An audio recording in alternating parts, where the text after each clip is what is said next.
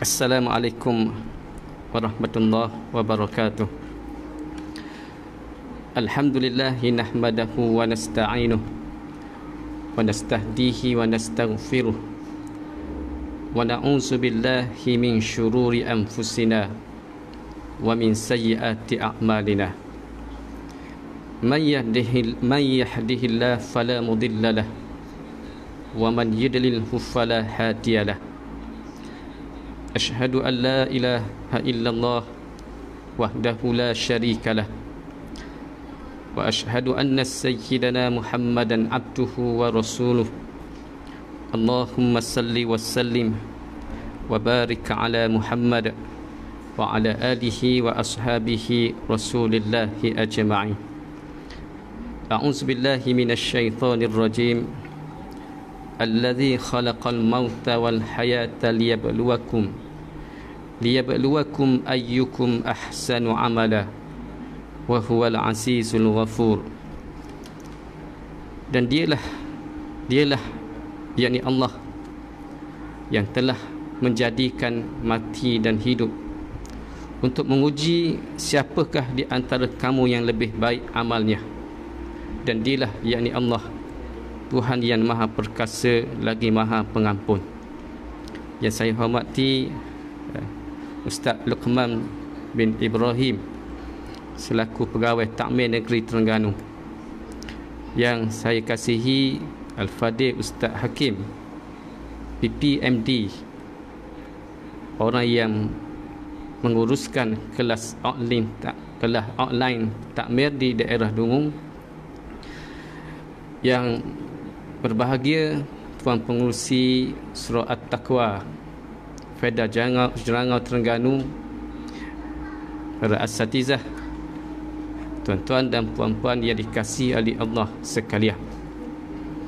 Alhamdulillah, pada malam ini kita dapat bertemu, dan dalam kesempatan yang terbatas ini kita sama-sama membicarakan kitab yang ada hubung kait dengan kematian, rahsia kematian alam akhirat dan kiamat, yang telah dinukilkan oleh Al-Imam Al-Qurtubi dalam bab membicarakan tentang nasihat mengenai kematian dan urusan hari akhir.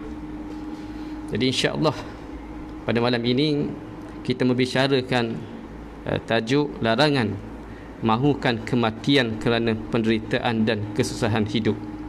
Hadirin hadirat yang dikasihi oleh Allah sekalian, terima kasih kepada sahabat saya yang menjadi orang kuat untuk mengadakan kelas ini. Saya tujukan khas kepada Sarjan Amran dari Pusat Koreksional Dungung. Dia diwajibkan untuk bersama-sama dengan saya, dan kalau dia ni gagal menghadirkan diri, dia akan dikenakan surat tunjuk sebab. Gurau ya tuan-tuan sekalian. Jadi sahabat-sahabat saya, Al-Fadil Ustaz Wan Khairi, bekas bila lama saya pun ada, Cik Khamsri, Amy Fahmi, sahabat-sahabat lama saya. Mudah-mudahan inilah sahabat yang menjadi sahabat dunia dan sahabat akhirat, yang insya-Allah sama-sama kita akan berhimpun di syurga Allah nanti. Hadirin hadirat yang dikasihi oleh Allah sekalian. Jadi berbalik kepada kitab ini, larangan mahukan kematian kerana penderitaan dan kesusahan hidup. Rasulullah sallallahu alaihi wasallam bersabda, la yatamayyana ahadakumul maut lidurrin nazala bih, fa in kana la budda mutamanniyan falyakul Allahumma ahyini ma kanatil hayatu khairan li wa tawaffani idza kanatil wafatu khairan li. Sabda Rasulullah sallallahu alaihi wasallam, sesungguhnya janganlah setiap kamu mahukan kematian kerana adanya satu kesusahan hidup yang menimpanya. Apabila dia memang mahukan kematian tersebut, hendaklah dia berkata, ya Allah, ataupun hendaklah dia berdoa, Allahumma ahyini ma kanatil hayatu khairan li Ya Allah, hidupkanlah aku selagi kehidupan itu baik bagiku. Wa tawaffani idza kanatil wafatu khairan li, dan matikanlah aku jika kematian itu lebih baik bagiku. Dan hadis ini adalah hadis riwayat Bukhari dan Muslim. Dalam hadis yang lain, sabda Nabi sallallahu alaihi wasallam, la yatamayyana ahadukumul maut wa la yad'u bihi min qabli an ya'tiyah, innahu idza mata ahadukum in qata'a amaluhu wa innahu la yazidul mu'min umruhu illa khairah. Maksudnya, janganlah setiap kamu meminta kematian sebelum ajal menjemputmu, kerana apabila setiap seorang kamu meninggal dunia, maka amal kebaikanmu akan terputus, sedangkan tujuan Allah memanjangkan usia seseorang mukmin adalah untuk menambah kebaikan mukmin itu sendiri. Hadirin hadirat yang dikasihi dan dirahmati oleh Allah sekalian, dalam hadis ini kalau kita lihat tuan-tuan sekalian, bab yang berkenaan larangan daripada kita meminta supaya kita ni cepat meninggal dunia ataupun cepat mati. Jadi tujuan saya nak berkongsi tuan-tuan sekalian bab berkenaan dengan larangan meminta mati, larangan meminta cepat mati. Kerana apa? Kerana sebagaimana yang kita ketahui, kalau menurut tuan-tuan sekalian, statistik bunuh diri yang telah kita lihat sehingga Mac 2021, kalau menurut laporan media, seramai 336 orang bunuh diri. Ini adalah semenjak berlakunya pandemik sehinggalah Mac 2021.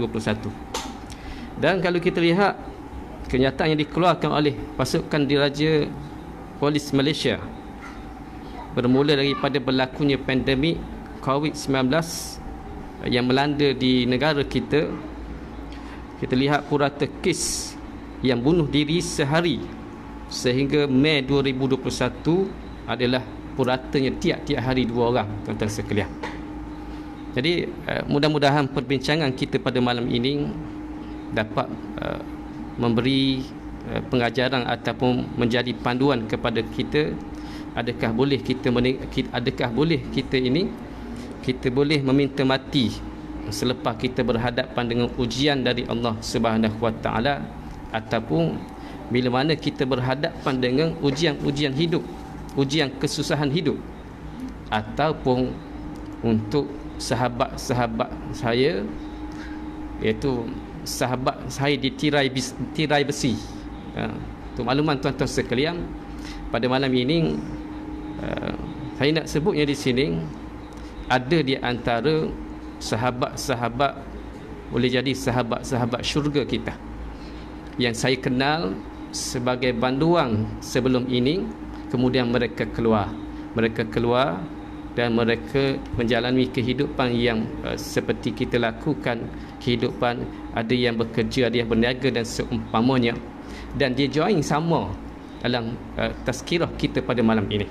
Jadi saya minta yang grup-grup tirai besi ni, dia ada WhatsApp group, supaya sampaikan apa yang saya bicarakan pada malam ini sebagai ilmu untuk menyelamatkan rakan-rakan dia, sama ada yang berada di dalam ataupun yang berada di luar. Setelah mereka ini bebas, jangan sekali-kali ambil tindakan membunuh diri ataupun tindakan kecewa sehingga dia berdoa kepada Allah, mohon kepada Allah supaya dia dimatikan. Hadirin hadirat yang dikasihi oleh Allah sekalian, kita sambung balik kepada kitab ini. Bagaimana dalam hal ini Rasulullah sallallahu alaihi wasallam telah memberi panduan kepada kita, jangan setiap kita mahukan kematian disebabkan adanya kesusahan hidup yang menimpa kita. Tetapi apabila dia mahukan kematian tersebut, hendaklah dia berdoa kepada Allah, hidupkanlah aku selagi kehidupan itu baik bagiku, dan matikanlah aku jika kematian itu lebih baik bagiku. Hadirin hadirat yang dikasihi oleh Allah sekalian, sebab apa kita ini tidak kita tidak digalakkan. Ataupun kalau kita lihat daripada sudut fiqh tuan-tuan sekalian, apakah hukum minta supaya ni kita mati awal, kita mati cepat? Maka di sana ada pandangan di kalangan ulama. Maka yang pertama, ulama mengatakan makruh kita minta supaya kita ni mati awal. Yang kedua, ada pendapat yang mengatakan haram, tidak dibolehkan kita minta supaya dicepatkan kematian. Dan yang ketiga di sana, harus, yakni boleh kita minta supaya kita ni cepat meninggal dunia, terutama sekali apabila seseorang tu dia berjihad fi sabilillah, sebagaimana yang bila kita baca dalam sirah, dalam sejarah sahabat Nabi yang bernama Khalid Al-Walid, panglima perang Rasulullah sallallahu alaihi wasallam, di mana Khalid Al-Walid ini bercita-cita hendak mati di medan perang, tetapi Allah Ta'ala tidak izinkan dia mati di medan perang berjihad fi sabilillah, sebaliknya dia meninggal di atas katil atau sekian. Akan tetapi pahala tetap diberikan kerana keinginan dia untuk mati syahid. Jadi bagi orang yang mati syahid, yang berjuang fi sabilillah, diharuskan dia menyertai peperangan dalam masa yang sama, ada keinginan untuk mati syahid. Hadirin hadirat yang dikasihi dan dirahmati oleh Allah sekalian, bila kita teruskan kepada perbincangan bab pada malam ini, hadis Nabi sallallahu alaihi wasallam, la yatamanna ahadukumul maut wa la yad'u bihi min qabli an ya'tiyah, innahu idza mata ahadukum inqata'u amaluhu wa innahu la yazidul mu'min umruhu illa khairah. Janganlah seorang mengharapkan kematian, dan janganlah berdoa meminta mati sebelum datang waktunya. Sesungguhnya jika mati salah seorang daripada kamu, terputus amalannya, dan sesungguhnya tidak bertambah umur orang beriman kecuali dengan kebaikan. Hadirin hadirat yang dikasihi oleh Allah sekalian, kadang-kadang kita tidak mengetahui perjalanan hidup kita di awal, di pertengahan dan di penghujungnya. Ada yang Allah Ta'ala takdirkan dalam hidup dia ini disebabkan dia ni jauh dengan Allah Ta'ala, maka waktu muda dia banyak melakukan dosa, ketika muda banyak melakukan maksiat kepada Allah.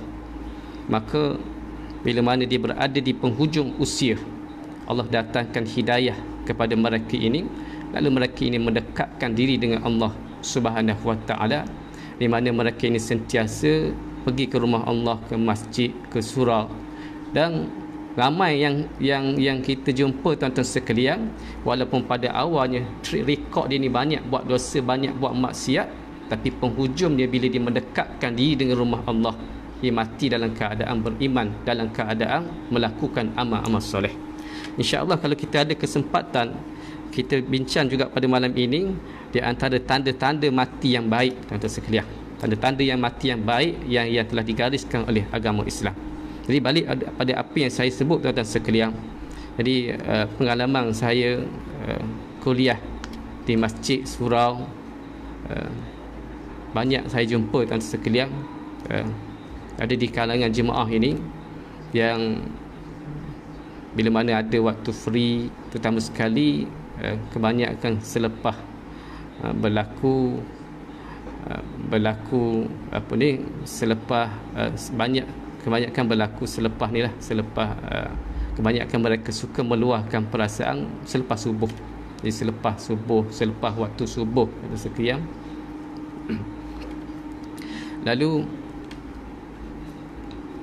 sementara nak balik daripada sembahyang subuh tadi, ada di antara jemaah yang mendekatkan diri dengan saya.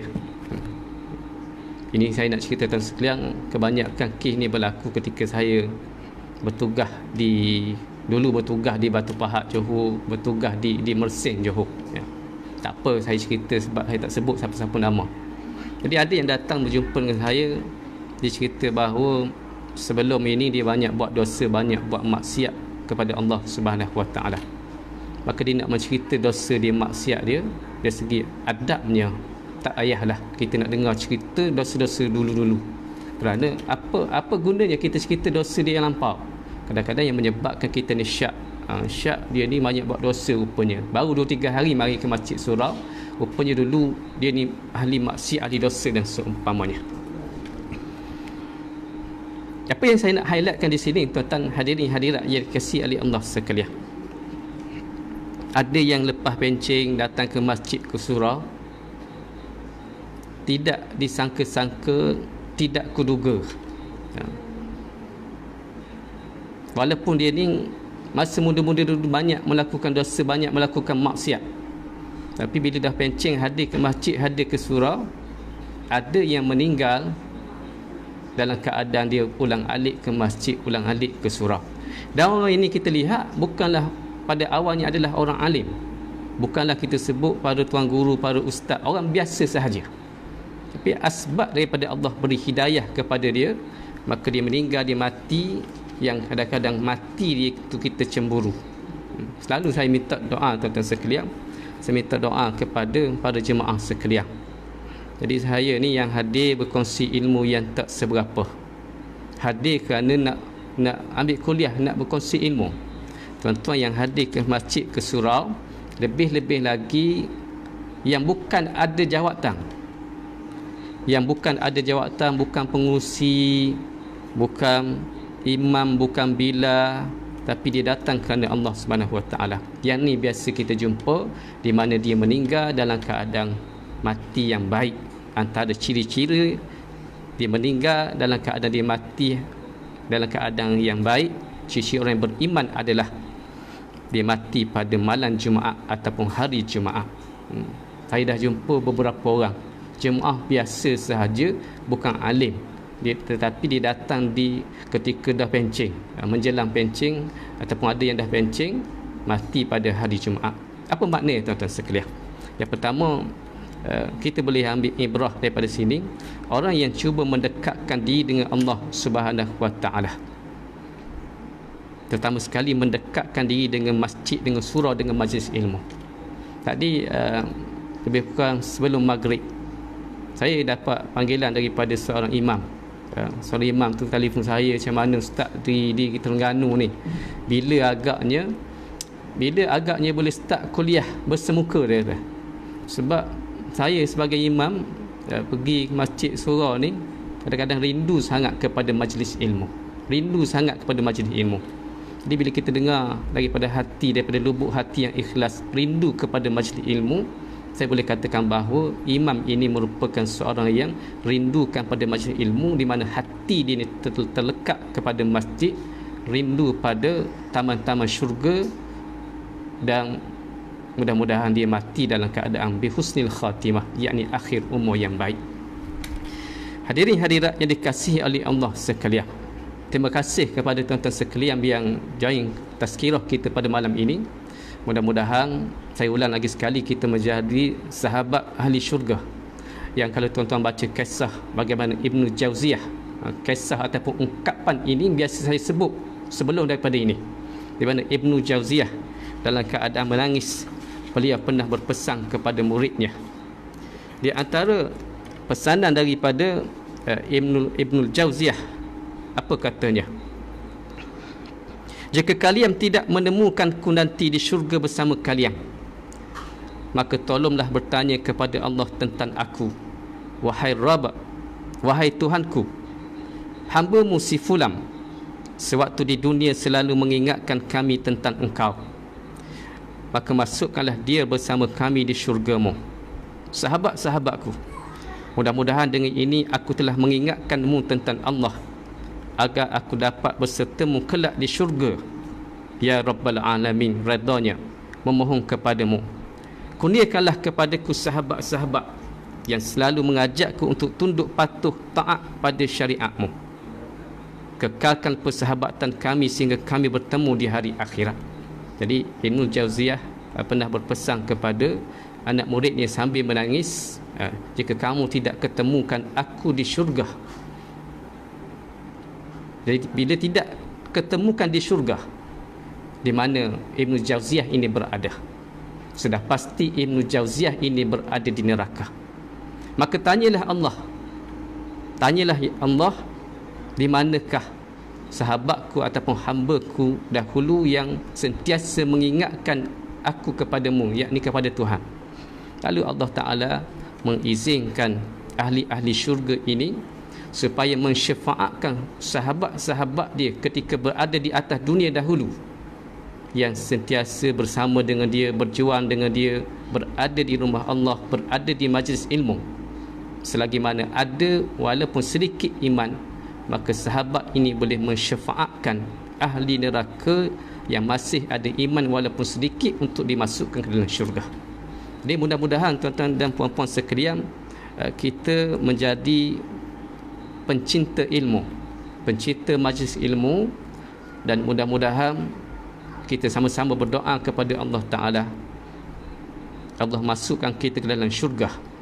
Dan jika ada di kalangan kita yang tidak terdapat di syurga, pasti ada di neraka, maka sama-samalah kita bersyafaat memohon kepada Allah Ta'ala supaya Allah Ta'ala keluarkan sahabat-sahabat ketika di atas dunia ini yang sentiasa mengingatkan antara satu sama lain untuk mendekatkan diri dengan Allah Subhanahu Wa Ta'ala, yang beriman walaupun tidak banyak iman, untuk sama-sama kita ke syurga Allah. Hadirin hadirat yang dikasihi oleh Allah sekalian, lalu kita lihat larangan mengharapkan kematian sebelum ajalnya dilarang sekiranya ia disebabkan oleh putus asa dengan kesempitan hidup dan juga ujian yang dihadapinya. Di Islam melarang kita daripada minta supaya kita ni cepat mati. Sebab apa? Antaranya dilarang kita minta cepat mati kerana putus asa disebabkan kesempitan hidup.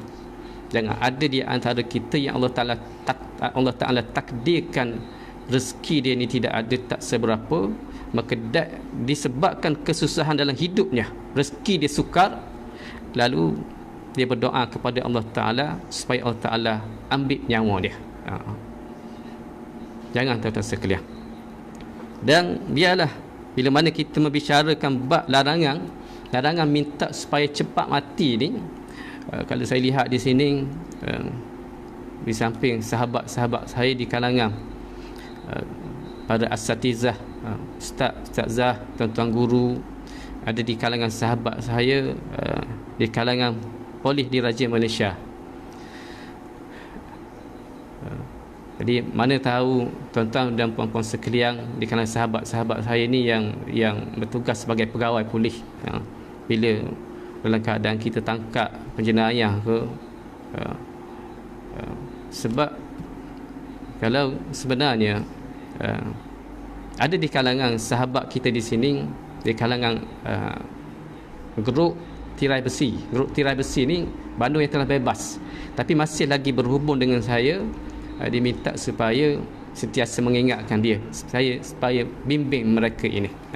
Jadi grup tirai besi ni, sebelum saya live ni, dia pesan, Ustaz, kalau boleh Ustaz cerita sikit tentang keperitan berada di penjara, peritnya berada di penjara, supaya masyarakat di luar sana serik bila sebut penjara tak nak masuk penjara. Tapi ada juga di kalangan banduang ni, saya bertugas di pusat correctional ni lebih kurang 3 tahun 6 bulan. Kita ngajar dia, kita duduk mendekatkan diri dengan dia. Saya tengok bebas 3-4 bulan selepas bebas dia mari mula. Saya tanya, muka mu lagi, buat apa mari? Kadang-kadang jawapan dia kita nak suka kok, kadang-kadang nak marah kok. Kita tak tahu apa dia jawab. Sebab ustaz dia kata di luar sana kadang kita tak sempat untuk pergi masjid, ngaji, baca Quran, tadarus dan seumpamanya.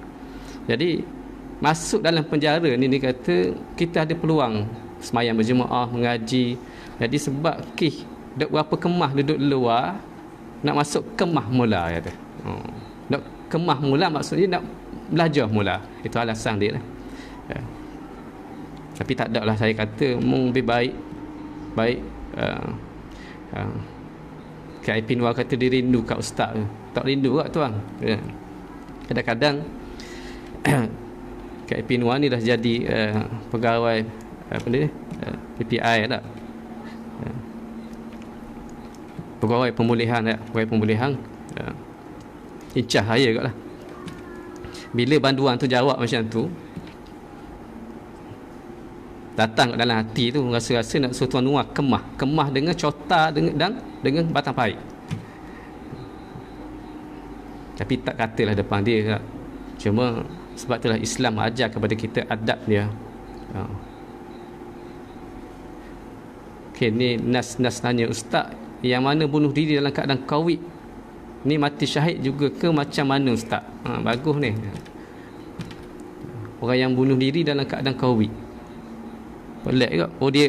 Barangkali soalan dia ni, bila mana dia ni disahkan positif COVID-19, lalu dia digantung diri, macam mana yang kita lihat yang berlaku di negara kita. Bila dia dapati dia ni positif, lalu dia gantung diri, bunuh diri. Soalan dia, adakah dia mati syahid? Ini memerlukan perbahasan yang panjang. Cuma saya ringkaskan di sini, walaupun dia ni positif COVID ke tak positif COVID ke, bila sebut bunuh diri ini, dia anggap sebagai satu dosa besar. Dia ni abadan kekal selama-lama dalam neraka. Maksud kekal selama-lamanya dalam neraka, dia melakukan perbuatan bunuh diri tadi. Maka dalam hal ini ulama mengatakan, kalau dah dia ni Islam, bila mana dia bunuh diri, dia akan dimasukkan ke dalam neraka terlebih dahulu. Selepas dimasukkan dalam neraka, dia akan melalui hukuman-hukuman siksaan dalam api neraka. Maka selepas itu dia akan dikeluarkan kembali. Ada pendapat yang mengatakan bila dia digantung diri, dia anggap sebagai dia ni terkeluar daripada Islam. Tapi saya suka dengan pandangan yang mengatakan, selagi mana dia ni Islam, Muslim, dia gantung diri, wal-iyazubillah, bila dia meninggal, dia terlebih dahulu dimasukkan ke dalam neraka.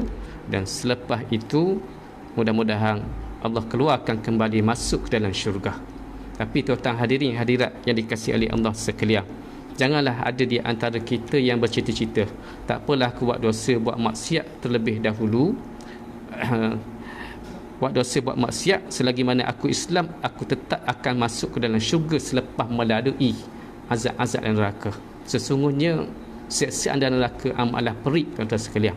Kalau insya-Allah kalau ada kelapangan, kita akan membicarakan tentang bagaimana azab-azab siksaan di dalam neraka, yang bila kita baca sahaja kisah-kisah melalui hadis Nabi, di mana kita tak sanggup, walaupun dengan siksaan yang paling kecil, siksaan yang paling rendah, siksaan yang dilakukan ke atas bapa saudara Nabi Abu Talib, di mana selipar yang dipakainya menjadi asbab yang menyebabkan menggelegak otak kepalanya.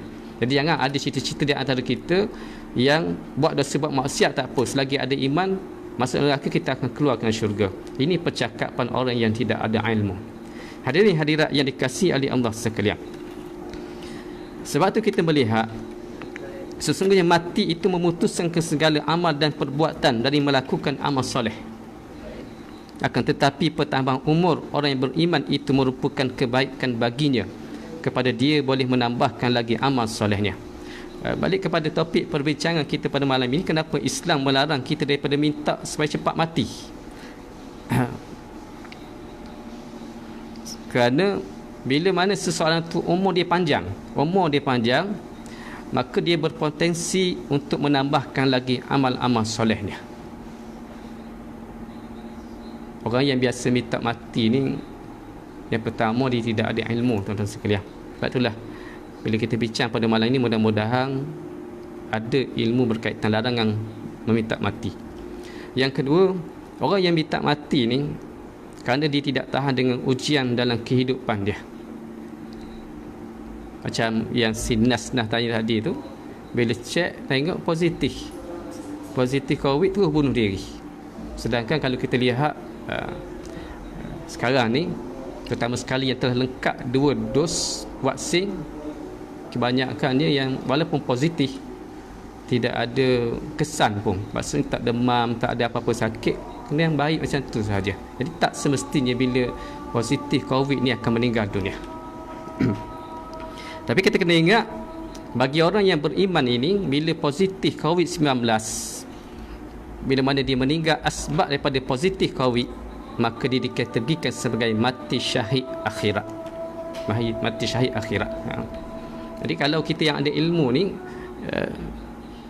terutama sekali yang belum ambil dos vaksin, dos yang belum ambil vaksin ni, kemudian dia ni meninggal, dikomakan dia meninggal.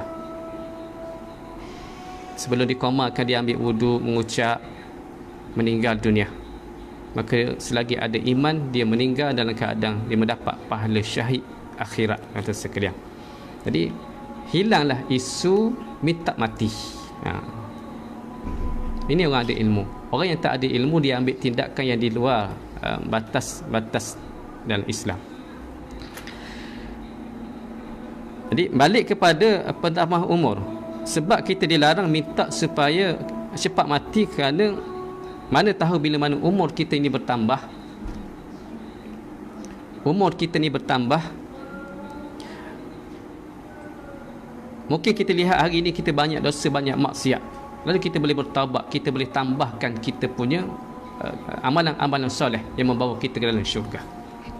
Akan tetapi kalau kita minta kita ni cepat mati, sebagai contoh tuan sekalian, kalau kita lihat di sini, kadang-kadang ada setengah-setengah ni isteri ataupun suami, banyak kita lihat tuan sekalian, tak kata suami, tak kata isteri, suami pun bila ditinggalkan oleh isteri nak bunuh diri.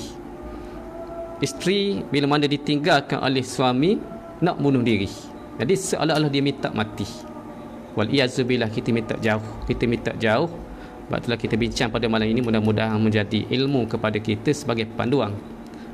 Mudah-mudahan Allah Ta'ala tidak jadikan kita golongan yang minta cepat mati kerana kejahilan kita. Namun sekiranya harapan tersebut disebabkan tidak mahu terkena fitnah agama sehingga menyebabkan imannya tergugat dan menjadikan dia kufur dan fasik, maka harapan sebegini dibolehkan dengan meletakkan syarat pada doanya. Ini yang saya sebut pada awal tadi. Sahabat saya Al-Fadil Ustaz Zulwazi, tok guru saya ni, daripada tahun 95 saya kenal. Penyakit adalah ujian. Ujian tanda Allah sayang pada kita. Hebat. Ayat tok guru ni biasa menusuk ke kalbu. Ni bagus kok. Saya tuan-tuan sekalian bila buat live ni, pada saya tidak menganggap sebagai gangguan, sebagai ingatan kepada saya, macam sahabat saya ni saya kenal lama. Penyakit adalah ujian. Ya, ujian. Tidaklah sesuatu yang menyakiti kita hatta terkena duri sekali pun, maka Allah akan kafarahkan dosa-dosa kita. Sama ada dosa-dosa kita yang kita tidak sedari ataupun dosa yang kita sedari tapi kita langgar, dan merupakan ujian tanda Allah sayang kepada kita. Tepuk dada tanya iman. Jiran lama saya ketika di Baitul Sembilan PJA. Maka dalam hal ini kita bincang tentang boleh ataupun tidak kita minta cepat mati. Ini yang saya sebut bahawa dalam hal ini ulama mengatakan diharuskan, dibolehkan. Yang pertama balik pada apa yang saya sebut tadi, ketika bila mana kita ni berjihad, maka kita minta Allah Ta'ala biarlah kita mati di medan perang. Yang kedua, untuk dijadikan sebagai panduan tuan-tuan sekalian, dibolehkan kita minta mati ini sekiranya menyebabkan imam kita tergugat dan menjadikan kita ni kufur dan fasik kepada Allah Subhanahu Wa Ta'ala. Saya bagi contoh ni tuan-tuan sekalian. Kita ni ditangkap oleh penjenayah dan seumpamanya, kita dijajah, kemudian kita dikurung oleh orang bukan Islam. Lalu orang bukan Islam paksa kita supaya kita ni murtad. Kalau tak murtad, maknanya dia akan bunuh kita. Dan maka dalam keadaan kita ni diseksa, diazab, maka kita boleh berdoa kepada Allah Ta'ala. Macam mana doa kepada Allah Ta'ala? Sebagaimana yang kita sebut pada awal tadi, diajar oleh Nabi Sallallahu Alaihi Wasallam. Maksud saya di sini, kita tidak tahan dengan ujian yang menyebabkan akan berlaku fitnah kepada iman kita, fitnah kepada agama kita. Jadi kita boleh berdoa kepada Allah. Itu pun Nabi beri garis panduan kepada kita. Allahumma ahyini ma kanatil hayatu khairan li wa tawaffani idza kanatil wafatu khairan li. Ya Allah, hidupkanlah aku jika kehidupan itu baik untukku, dan matikanlah aku jika kematian itu baik bagiku. Jadi ini panduan tuan-tuan sekalian. Ingat waktu saya bertugas kat PDRM dulu, tuan-tuan sekalian, ada seorang anggota polis ini ditinggalkan oleh kekasih, oleh tunang dia. Jadi nangis-nangis dia. Nangis-nangis dia, bukan saya nak mengumpat, tetapi nak cerita daripada sudut ambil sebagai iktibar. Nangis, mari surah sambung dengan saya. Lepas mayam nangis. Bila pakai uniform tengok dia kuat, hebat. Sebab orang yang beruniform ni dia hebat bila mana dia pakai uniform. Sebab apa menangis saja? Dia dah bertunang dah lama, kemudian ditinggalkan oleh tunang dia. Dia ni lelaki, tunang dia perempuan. Nangis. Lalu dia kata, "Ustaz, lebih baik saya ni mati. Saya setia dengan dia." Mungkin ada sahabat yang perasan tuan sekalian dah. Maka incah dia, penyelia dia telefon saya, "Ustaz, nasihat dia. Sebab tengok dia ni dah lain dah. Jadi barangkali dia ni masih muda, dia tidak kurang ilmu dalam bab membicarakan tentang minta mati ini." Abu Hamid Biku, rakam lama saya, start daripada tahun 90-an ni, 97, yang sahabat sepejabat yang sama-sama mengendalikan kursus pengurusan etika bagi polis di Zon Timur. Anggap sebagai abang pun ada juga.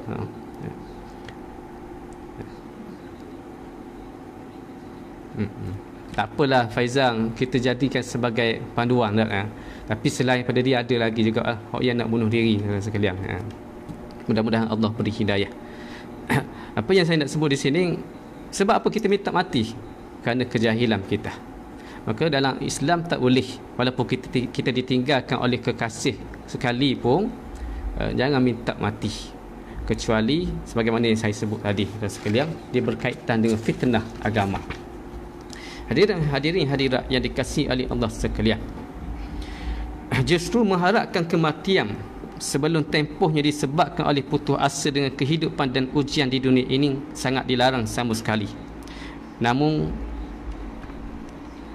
jikalau pengharapan itu disebabkan oleh kerisauan kepada fitnah iman dan agama, maka pengharapan itu dibolehkan, tetapi wajib disertai dengan doa yang telah diajarkan oleh Rasulullah sallallahu alaihi wasallam. Jadi walaupun Islam membenarkan ini dari segi fake dari segi hukum boleh ataupun tidak, kita minta supaya kita ni mati, cepat mati. Balik pada apa yang saya bincang pada awal tadi, yang pertama mengatakan tak boleh, yang kedua harus, yakni dibolehkan sekiranya melibatkan fitnah iman dan agama. Tapi syarat yang telah dikenakan ataupun syarat yang telah ditetapkan oleh agama, sebelum kita minta mati, terlebih dahulu berdoa dengan doa yang diajar oleh baginda Nabi sallallahu alaihi wasallam. Minta supaya sekiranya hidup ini baik untuk kita, minta kita ni dipanjangkan umur. Sebaliknya jika mati ni lebih baik, minta supaya Allah Ta'ala percepatkan kita meninggal dunia ataupun kita mati. Hadirin hadirat yang dikasihi oleh Allah sekalian, kalau saya lihat dah masuk waktu isyak dah. Waktu isyak, saya rasa macam dah nak berhenti lah. Dah masuk waktu isyak ini. Kita tuan ada soalan